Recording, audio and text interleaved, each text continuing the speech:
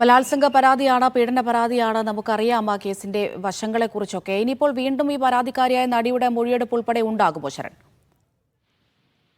അതിലൊക്കെ വ്യക്തത വരേണ്ടതുണ്ട് അമൃത. അതായത് നിലവിൽ പ്രത്യേക അന്വേഷണ സംഘം തുടരുന്ന രീതി, അതായത് ഞാൻ സൂചിപ്പിച്ചതുപോലെ തന്നെ ആദ്യം അവരുടെ മൊഴി രേഖപ്പെടുത്തുന്നു. അത് പ്രത്യേക അന്വേഷണ സംഘമാണ് ആ മൊഴി രേഖപ്പെടുത്തിയിരുന്നത്. അതിന് പിന്നാലെ ഡയറക്ഷൻ കൊടുക്കുന്നു, മരട് പോലീസ് കേസ് രജിസ്റ്റർ ചെയ്യുന്നു. അതിനുശേഷമാണ് രഹസ്യ മൊഴി രേഖപ്പെടുത്തുകയും ചെയ്തിരുന്നത്. ഏതായാലും സ്വാഭാവികമായിട്ടും ഇനി ഇദ്ദേഹം മുന്നോട്ട് വച്ചിരിക്കുന്നത്, അതായത് ഈ ബ്ലാക്ക്മെയിൽ ചെയ്തു എന്നടക്കമുള്ള ആരോപണങ്ങളാണ് ഇപ്പോൾ അദ്ദേഹം നടിക്കെതിരെ ഉന്നയിച്ചിരിക്കുന്നത്.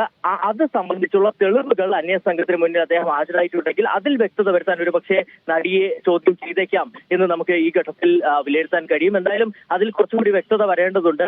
ഈ തുടർ അന്വേഷണം കൂടി അന്വേഷണ സംഘം നടത്തിയ ശേഷമായിരിക്കും അതിൽ ഒരു അക്കാര്യം നമുക്ക് സ്ഥിരീകരിക്കാൻ കഴിയുക. എന്തായാലും ഇനിയുള്ള നടപടിക്രമങ്ങൾ സ്വാഭാവികമായിട്ടും നടിയുടെ മൊഴി രേഖപ്പെടുത്തണമെന്നുണ്ടെങ്കിൽ അതിലേക്ക് കടക്കാൻ മറ്റ് തടസ്സങ്ങളൊന്നും തന്നെയില്ല. ഈ ബ്ലാക്ക്മെയിൽ അടക്കമുള്ള കാര്യങ്ങൾ ആരോപണം ഉന്നയിച്ച സാഹചര്യത്തിൽ ഈ തെളിവുകൾ അന്വേഷണത്തിന് കൊടുത്തിട്ടുണ്ടെങ്കിൽ സ്വാഭാവികമായിട്ടും നടിയുടെ മൊഴി രേഖപ്പെടുത്തിക്കൊണ്ടുകൂടി അന്വേഷണത്തിന് മുന്നോട്ട് പോകാൻ കഴിയും. അതിനുശേഷമായിരിക്കും കുറ്റപത്രം കൂടി സമർപ്പിക്കാനുള്ള നീക്കവും അന്വേഷണ സംഘം നടത്തുക.